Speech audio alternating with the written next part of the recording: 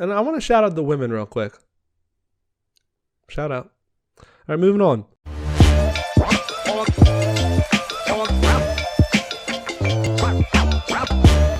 Hello and welcome back to the Croak and Crow podcast. I am Spencer Cartier. I am Fanny Farmer.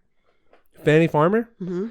And this here is Frank, looking a little bit like an old greaser. I was going to say that. It's October, and that's a very popular Halloween costume year in and year out, I feel like. It was? Is it still? Still. Okay. I feel like I'm going to go as far as say I feel like I haven't been to a party or a get-together where a single guy isn't a greaser, but also a very popular couple costume. Okay. Being Sandy and Danny Zuko.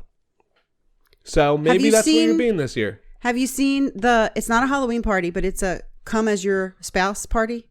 No. Yeah. So you like wear their clothes or you dress up like them? Well, I don't know. I saw some clips, people had taken. Yeah. And the people coming through the door, the girl was dressed like her husband and her husband was dressed like her. Dressed like, meaning, was that really her dress? I don't know. Yeah. But it was like fun. Like some of the guys had on like half tops and, That is pretty funny. One girl had on like a military outfit, so I guess he was, in the military. Yes. But as for the greaser period, it was such an aesthetically pleasing era. It was. You know why? Why? I'm going to tell you why. Because it was a timeless fashion. Mm-hmm. The white t-shirt and jeans will never get old. True. Like, people wonder what unites us, Gen Zs and millennials and boomers. We all like the old white t-shirt jean combination. As far as girls go, yeah, whatever. But no, it was I feel like it was the perfect mix of fashionable yet cool. Yeah. Like, you would do your hair nice. Like, it wasn't like a grunge period where it's like, let me look dirty. It was like clean white t-shirt, form-fitting, pair of jeans, some Converse. That always looks good. But you said girls is I'm just trying to think what the girls wear in that time. Well, you could think like a poodle skirt, but now, like, going forward from that time, it's still perfectly acceptable for any. Perfectly acceptable. Any or neither. I can gender. throw this outfit on right now, slick back my hair. Maybe not slick back. Yeah, you could. You have enough. I have enough? You have enough. Yeah. Well, I feel like that haircut is back anyway. The faded sides and little. Maybe I'll do a little swoop in the front. Mm-hmm. I don't know. Why not? I still don't know what I'm being for Halloween. I know. Do you know what you're being? I guess I'll take the melting polar ice cap. Yeah. Because you didn't want it, so I'll take it. You're just going to walk around soaked and... Yeah, and I'm going to have a white hat on. A white hat, and you're going to be drenched. Yeah, because I'm melting. Okay. People might think I'm a snowman, but same difference, probably. Probably same difference. Yeah, I don't know. It's always hard. Mm-hmm. To decide what you're going to be. And I wish I was more creative. It's just, it's a lot. The perfect costume. I feel like when you're balancing, because what is the perfect costume? You want to balance looking good, but being clever. Like, if you look too good, it's like, okay, like, I'm an Egyptian pharaoh. Look at my abs. It's like, go home, bud. And then if it's like too funny, like you're an inflatable Tyrannosaurus Rex, it's like... I think they're all good. They're all good, but they're not, award-winning. They're not award-winning to like get that perfect costume, that like perfect, you ride the line. Right. Also, I think being very topical is really popular. Yeah. So if it's like on everyone's mind about something that had happened, and then you come as that. Yeah. But... Yeah, I feel like last year it was sort of stunted by COVID. I know. But I think like Tiger King was a popular one. Oh yeah. Like that kind of like you catch something right. Right. And sometimes what happens to me throughout the year is something will be topical and I'll be like, oh, I have to remember this. Like I think sometime last year it was at post Halloween, like Money Heist was really big. Right. And I was like, oh, I'll be Money Heist. But how much time has gone by since that was a thing? So now it's like you need to catch something right in that. I know. August, September, October. No, you still can, as long as it was after the last Halloween. You can do it. You could do something from November, December. Yeah, but maybe I'll be one of the Squid Game guys. That's a good one. But then I have a mask on, and then or I could just be one of the contestants, which they just wear like the jumpsuits with numbers. See. Boom. Did we just figure out my costume here live on Croak and Crow? You did. Wowzers.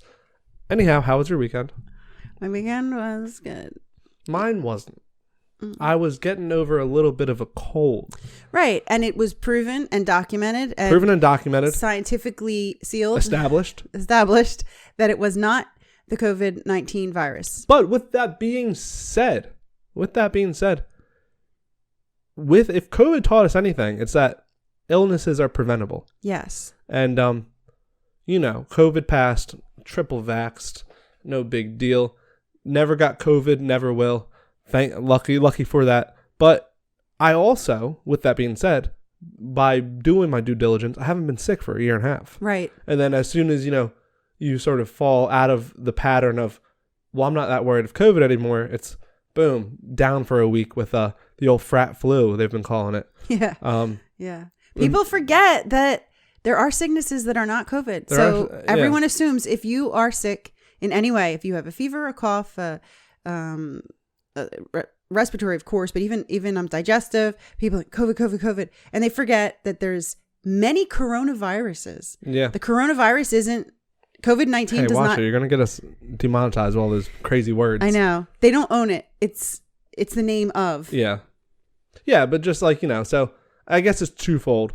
One, it's sort of remembering, oh yeah, you can get sick, but also two, remembering we weren't just washing our hands and, for no reason. Not coughing into people's faces just because COVID. It's a habit for everything. Yeah. I bring this up all the time, but it was in the height of like March or February last year, but it was saying Michael Jordan's flu game where he played through the flu and he had an amazing game. It was like, I grew up seeing Michael Jordan's flu game as impressive and a show of how much of a warrior he is. And it was like a photo of like him being like carried off by two other of his teammates. And then he was like, now I just see it as very irresponsible to the team. It's like, I know, right? That is kind of true. It is. That's enough sick talk. I would just want to say I'm better now. Right. It's hard to ask me about the weekend on Wednesday because it's like, for me, every day is so long that the weekend it feels like it might have been 1986. Must be nice. To be busy. Yeah. I feel like there's two sides of that coin because when you do a lot, I usually try to do a lot in a day. The days seem to fly. Yeah. But when I took the last 2 days, I fully took off. Like when I say took off, I said I was in my room. Recuperate for our podcast. Yeah, in my room, would only go to the bathroom. It's the only time I got up. And the days were long. Like the second day at least. First day I feel like flew by. Once you're like kind of cooped up so long, it's like you're just sort of waiting for time to pass. Right. So I think there's a healthy medium in busyness of days. When you were resting, you missed Farmer's Day, which was yesterday. No. That's unfortunate. There's always next year, I guess. No, it's not always next year. How about you can still celebrate them when it's not the national day of celebrating? No, it seems pretty late in the harvest. Is that because like they did their season and now it's like a pat on the back? I have no idea what the farmers' seasons are. I thought their harvest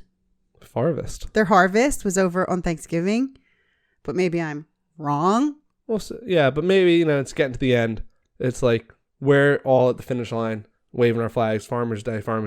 You did it. Keep pushing. Last little bit. Finish strong. You make the world go round. True. Just like the marathons and there's marathons, 5Ks, 10Ks. The Broad Street Run, which just happened, was what? That is neither. It doesn't have a... No, it's a 10-mile run. Congratulations to my cousin and her husband for running the 5K. I was signed up for it. I fell ill. Mm-hmm. That's why I didn't go. Not because I didn't train for it. No, anyone can do it, but it's a huge feat. Anyone can do it? What? Oh, you meant it's open to everybody. It's open to because everyone. I don't think I'm going to be running 10 miles. No, I was saying like, I wasn't trained for it, but anybody can get in the shape for it. Like no matter big and tall, it's very impressive and it's not an easy feat. No, but I didn't want to make it seem like it's a Spartan, right? Well, it's actually pretty hard. It's pretty hard. I'm trying to balance between boosting people up, saying Doesn't matter who you are, you can do it. You can try it. But also saying, if you did do it, it's a challenge. It's a challenge. It's a challenge, is what it is. But yeah, you have done it. I have done it. So at least it's on your trophy case. Yeah. So it's a 10-mile run. Starts at the top of Broad Street in Philadelphia, and you run through the city to South Philly. So from North Philly to South Philly, and yeah. If you make it, you've won. If you make, it's not. If you make it running through North Philly, it really helps, when you feel like you're running from something. Yeah. No, it's a good run.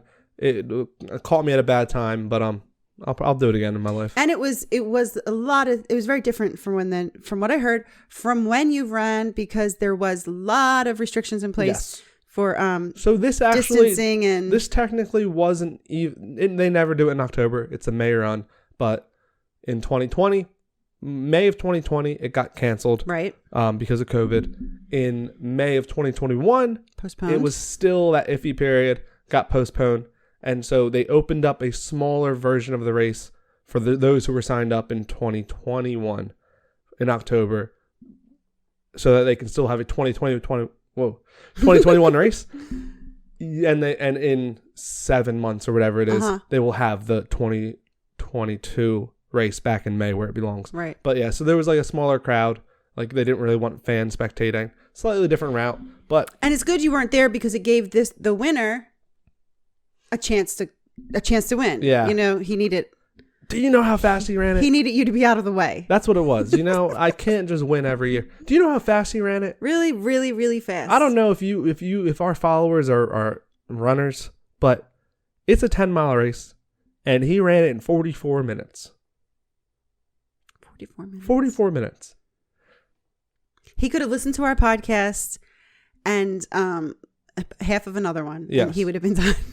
So for reference, that's under a 5-minute mile. Wow. Which to us to me, look at me, guys. Spencer, I'm in shape. I like to think so. I'm in shape, Cartier. That is faster than my fastest sprint that is me full force sprinting for 10 miles. Right. That's the thing. The sprint is a burst of energy. Yes. But to keep it up and get somewhere get 10 miles away in less than an hour. Mm-hmm. Okay. And you know how there's always and I want to shout out the women real quick. Shout out. All right, moving on. No. I want to shout out the women. When you see the winners of these races, you'll see predominantly men. I'm not going to get into biologicalness of it, but let's talk about the fastest woman in the race, who might have came fourth overall, but in the women's bracket first. She ran it in 50 minutes, I think. Really? So amazing. Once again, I always different. Try to picture this that. Women are men are faster than women. That woman ran that. It's faster than all the other men behind her. That woman finished this race faster than my sprint. Right. My short distance sprint for 10 miles. And right. It's it's so impressive, and it's crazy. I ran it very fast. Oh, right. No. Okay.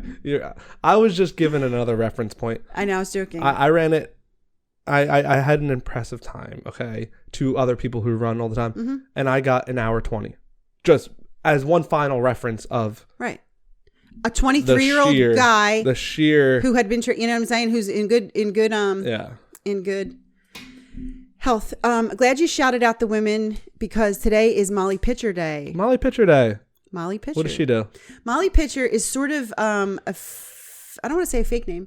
It's sort of when they give a name to a bunch of people who were kind of doing the same thing. Oh, so she's not a person?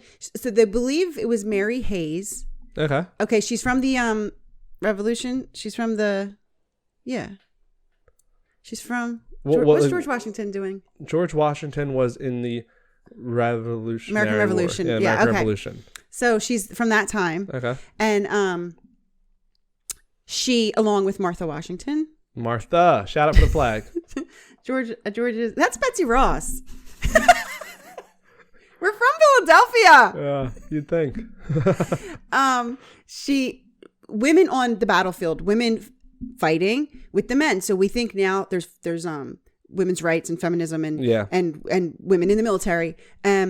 The women have, like, you wanted to shout them out. Thank you. Like I said, because just doing my part. In the 1700s, when that was completely what you would think, it was completely unheard of. You would think they were hiding under their beds. There was a lot of women on the battlefield, and they were attending to the soldiers. And again, you might think like, oh, here's a Band-Aid and I'm in a long skirt. No, they were extremely in harm's way. Yeah. They would pick up a gun. They would help. So Mary Hayes is who they really think Molly Pitcher was.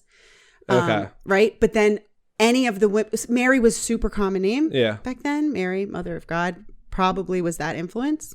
Yeah. And Pitcher. So they would bring the men water. Okay. And there's literally springs. So she's from the area. She Trenton. I think she might have been born in Trenton, New Jersey. Jersey girl. Yeah. The Battle of Monmouth, New Jersey is what she's most famous for. There's 2 springs named after her there because she kept filling up the water, bringing it to the men. And she died in Carlisle, Pennsylvania. How?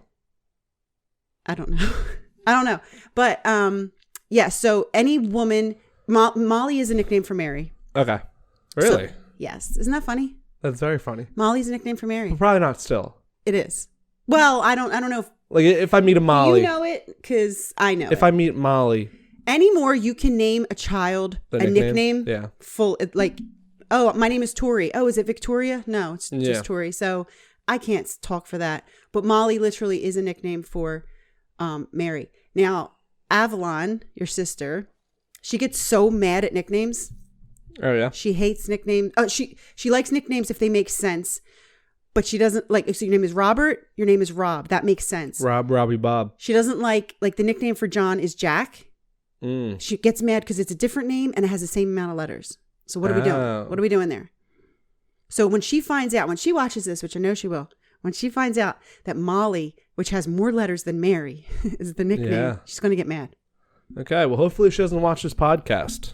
Molly Pitcher. Is she just mad because she doesn't have a nickname? Avalon. Yeah, she loves nicknames, and she just has like shortenings like Av or they used to call her Lonnie in I think high school, but yeah, she wants a real good nickname like a nickname that you earn, like Bones. Yeah, something like that. Yeah, I could see that. I wonder what my nickname would be if like not my name. It would probably be like Cool Guy. No, that's not a nickname. No. It would have to be like I knew a kid and his name was Stick, but it's because he was thin. Yeah. Who else? I know any other cool nicknames? Well, like maybe like if you like dragged your feet when you walked, we would call you Shuffle. Like, hey, Shuffles, stuff like that. Yeah, you saw it in like Goodfellas. Like, right. Oh, that's Johnny 2 times. And it's like, right. Why does he call that? It says everything 2 times. He was like, I'm going to go get the trash. And Jimmy 2 times, who got that nickname because he said everything twice, like... I'm going to go get the papers. Well, you did have a nickname as a baby. Smiley. In Trinidad, yeah. Yeah, it's because I never smiled.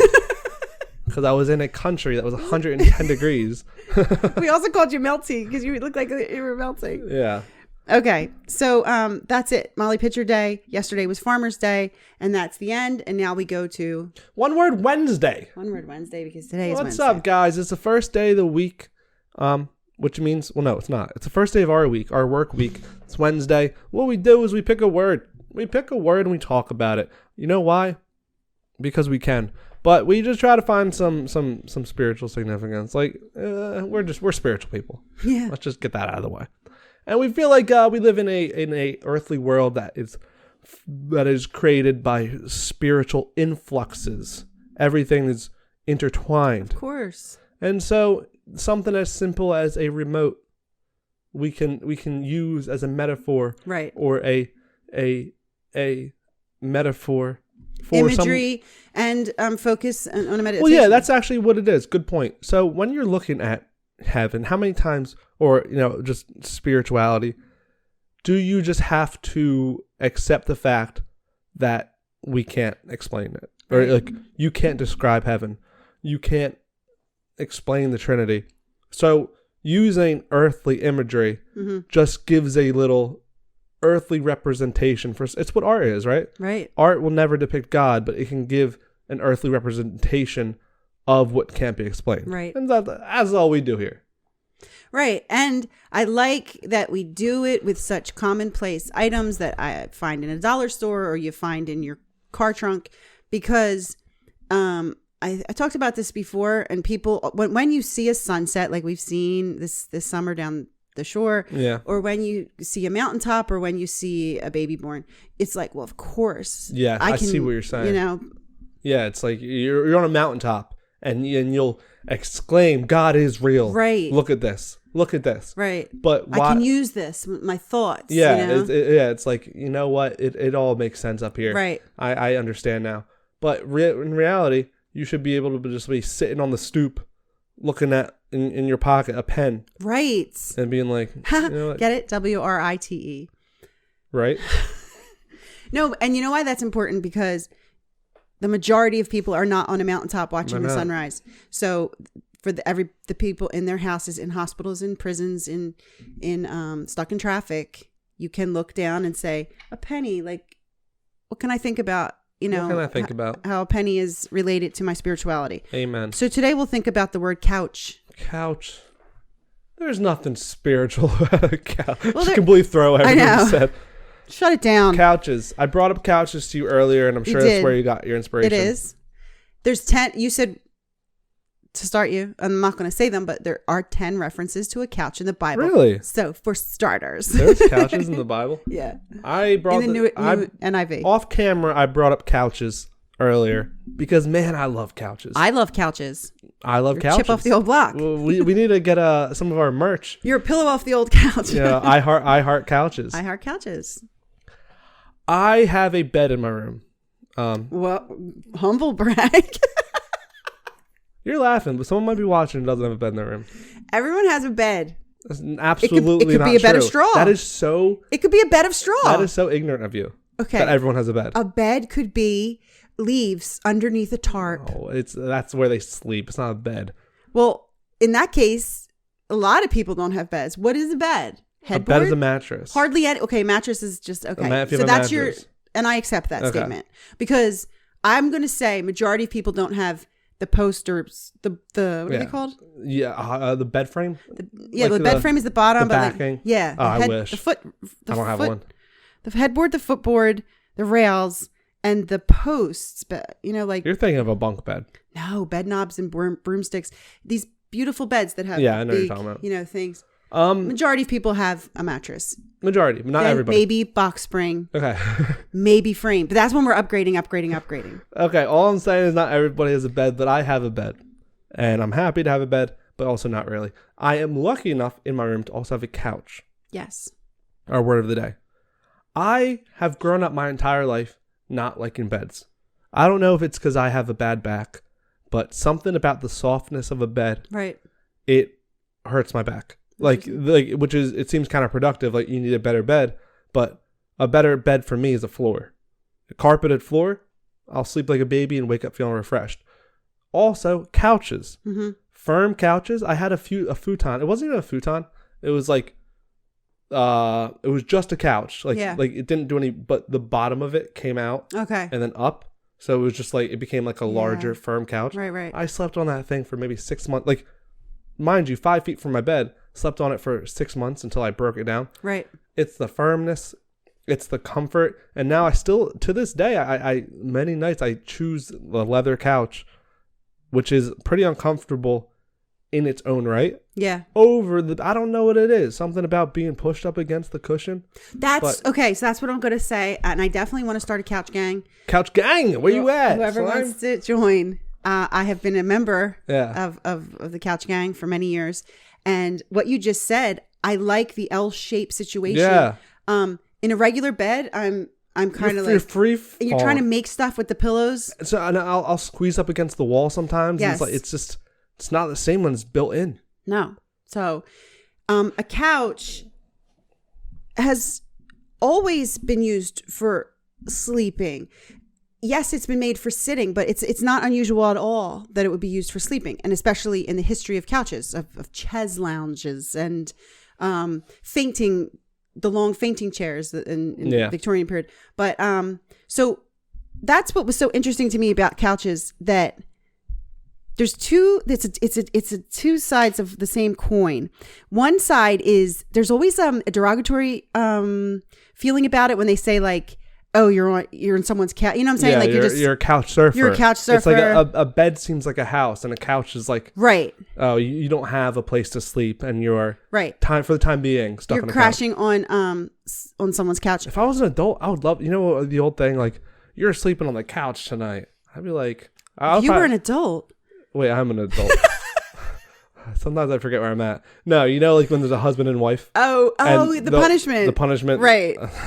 Right. Sign me up. But then, and this is true in the Bible verses that I looked up. The other side of the coin is it's very opulent. A couch is like high end. A couch is like beautiful fabric and carved wood, and it's a luxury. It's a chair that you can lay down on. Like the fact that you would be able to even have time to sit, let alone lay. Yeah. So it's interesting because on one hand, it's sort of an embarrassment or something. And on the other hand, it's your big, beautiful, the big comfy couch. The big comfy couch.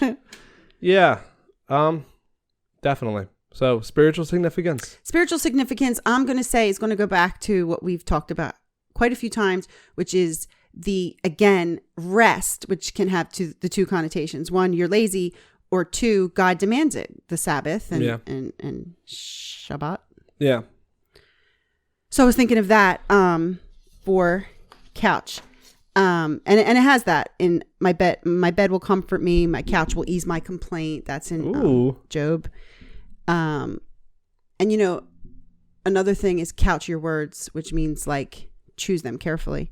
But what do you have to say? I don't know. Haven't thought about it. But if I had to say something, I would just say it's twofold, right? It goes to, comfort, and also I don't know how to spin this just yet. I haven't thought about it that much, but what you just said of like, oh, if I went to my full desires, right, and I slept on a couch, and in fact I got rid of my bed, right? There would be an embarrassment of like, someone comes over and it's like, you don't have a bed. Oh, he doesn't have a bed. You don't have a bed. Yeah. You're sleeping on the couch every day.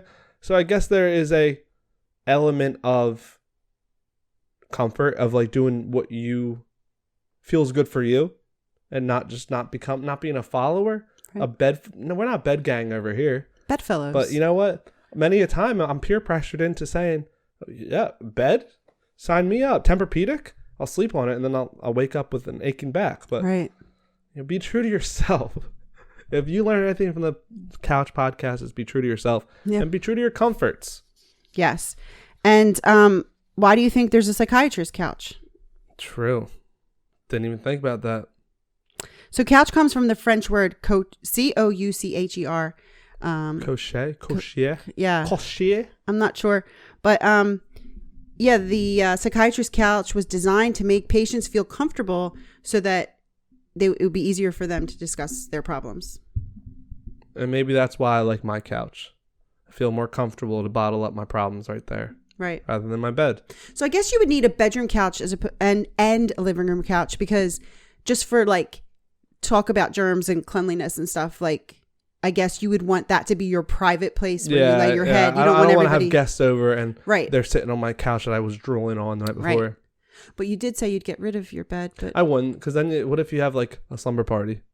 Oh, absolutely. Yeah. Right. So, but so make a big enough room for a couch and a bed, and get rid of the bureau. That's so old fashioned. Now you have space. Yeah, get rid of the bureau. And the clothes are going on the shelf or something. Yeah, you know what I have right now? It's like a standing. I fold all my clothes very nice. I just like to boost myself up in this. You should. Everyone should. I fold all my clothes very nicely. I learned how to fold like they do in the malls, like with like all the shirts facing a certain way. So I have a freestanding thing where all my clothes are there, and it doesn't look like all your clothes are just out, because it looks organized. So that too, you're very rebellious in your home furnishings. Yeah, it's my like, clothes are out in the open. My clothes are out. I might be on a couch. Yeah. And I don't care. And yeah, you know what? And I'm true to myself. Because that's right. If your room, let's do it like this, right? They say, clean your room because it's like a reflection of your mind. Like if you want a clear mind, have a clear room. And also, your room is a personal place. Where you sleep is a personal thing. Right. And if anywhere is where you choose to be open and to freely express yourself, right, let that be your room and let that be your mind. And with that, we close. Thank you so much for coming to Walk Through Wednesday. One Word Wednesday. I didn't even notice. We will be back tomorrow for Walk Through Thursday. Like, subscribe, and share. And let us know. Are you with us in Couch Gang? Or are you those bum bed gang? It's like the Greasers. Yeah. We're the Thunderbirds. Oh my God. We're the Couch Birds. See you later. Peace.